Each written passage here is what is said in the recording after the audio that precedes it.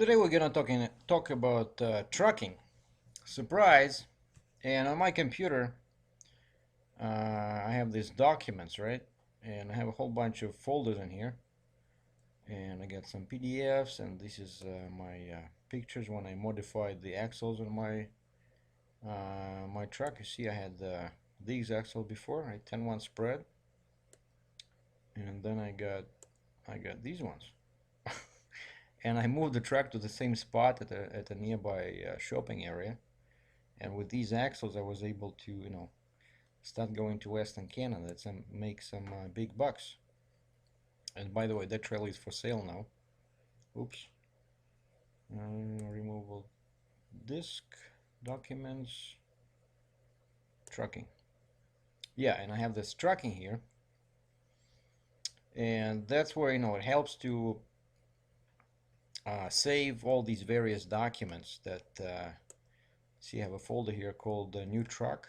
And these are all spec sheets from dealers where I was getting quotes last year, and I kept all of them. But now we're gonna talk about some ways to improve your performance and horsepower. And I've been doing research for this yesterday and today, trying to find what can help me improve my performance, because I don't know, for some reason the truck was just feeling kind of sluggish. Before, when I drive a bobtail truck with no trailer, I could really feel how it accelerated. It drove like a race car, especially when I got the 373 axle ratio, right? It's supposed to drive fast. Not because I want to break some rules, but I know how it drove before, and now when I drove my trailer somewhere when I was doing some kind of service, I don't know. So I got this whole bunch of tips, and I put them together. Now where's that PDF here? It should be steps PDF. I mean, sorry, tips. See tips ODT. Huh. Oh, I think I probably put it somewhere here. Hold on.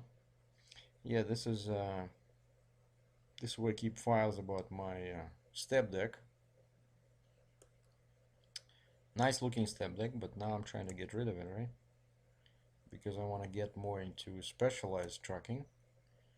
And the dream of this driver is to get a double drop trailer, like something like this. Pitts, 55 ton, 22 feet long, beautiful. And you gotta have the load bearing fenders, so you can load stuff from the dock, And what I love about this particular trailer is that, check this out, so it can take 55 tons and 12 feet of length, and the lower deck is 25 feet long, which is better than 24 like mostly they offer you. And it's only 22 inches tall. What I don't like is that the rear is 41 inches tall. So that means that you're gonna be higher than most docks at those farm tractor places. But it's a fairly cheap trailer, even in Canada, where most equipment is overpriced. But here we go. 11 ways to improve performance and fuel economy of a transport diesel truck by yours truly. And here's my YouTube channel, in case someone has forgotten to subscribe. So tip number 1, dual exhaust and free-flowing mufflers are better than single exhaust and factory mufflers. And here's a link to PDI Diesel. They have the free-flowing mufflers. Now, air intake. I tried this thing once, and then I got tired of. I had a K&N filter, which was washable, but it was huge, right? And it's really hard to clean this thing. Now I want to try this other brand, Fleet air filters. So they are reusable, they're washable, and they will last basically forever as long as you wash them, and they let more air in. So you gain performance, you get fuel economy. Now tip number 3, I actually have this one installed on my truck. Yeah, and mine is from PDI Diesel too. It's what they do. They modify the interior of the exhaust manifold, and it becomes bigger inside, and it's ceramic coated, right? And it doesn't have all those sharp corners like the factory one has. So because of that, more exhaust can get out of your engine, and so that gives you extra horsepower, and the engine operates at cooler temperatures. Now, air breathers. This is something I learned just a week ago, right? That the fuel tanks on diesel trucks have air breathers, and you got to make sure that they can actually let the air in to get rid of the vacuum in your tank when the fuel pump sucks fuel from them. Otherwise, you'll have a fuel restriction. And what I learned today is that you also gotta worry about the oil breather. Like I just remember that back in 2007, when I got this truck, the first time I went to the Caterpillar dealer, they installed this weird-looking plate on top of the engine, and there's a hose going down.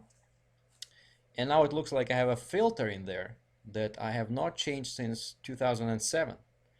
And so if you have a filter in that oil breather and you don't change it, you can get some, ultra high pressure in your engine, and that can create some real serious problems with injectors, with turbo and stuff like that. Now, tip number 5, single turbo, of course, is better than dual, and a larger turbo can save you up to quarter per mile per gallon in fuel savings. Number 6, fuel lines. I read about this many times before, that you're supposed to change them after 700,000 miles, but what I found today, what this guy was saying, 8 to 10 years old fuel lines need to be replaced because they start restricting your fuel flow inside, even though they look quite normal on the outside. Now, FASS, fuel system, and there's the website over here, can help get rid of air in your fuel, and so you can get up to 30 horsepower extra, and again a quarter mile per gallon, right? And then you can always upgrade your ECM, your computer. You can ask people, you can pay them to upload a different file for your engine, and you can get much more horsepower and the better fuel efficiency with heavy loads. Of course, you got to worry about your drivetrain. When I did this on my truck, I had to upgrade my clutch and my transmission because I went from 1650 torque to 1850, and my CAT dealer said they would not do this unless I show them proof that I did the upgrade. So just remember that sometimes the components of your truck are only rated for a certain torque and horsepower, so you gotta make sure that they can support the new horsepower and torque. Now there's a new product I found out about just a couple of weeks ago. It's called Spinner 2, and they make this bypass oil cleaner. It's kind of an extra filter with a exchangeable filtering element that you change just like once or twice a year, and it keeps your oil clean up to 80,000 miles. It really helps to prolong the life of your engine. Now, power harness, I got this one from Diesel Freak in Michigan. I really like it. It comes with a knob that you can turn to, and you can use settings from 0 to 10 to get up to 90 horsepower, 200 pounds of torque, and then, but they only have these harnesses for Cummins and CAT, and then Pittsburgh Power sells those power boxes for most engines, including Cummins and Detroit. And then I just got this scan gauge.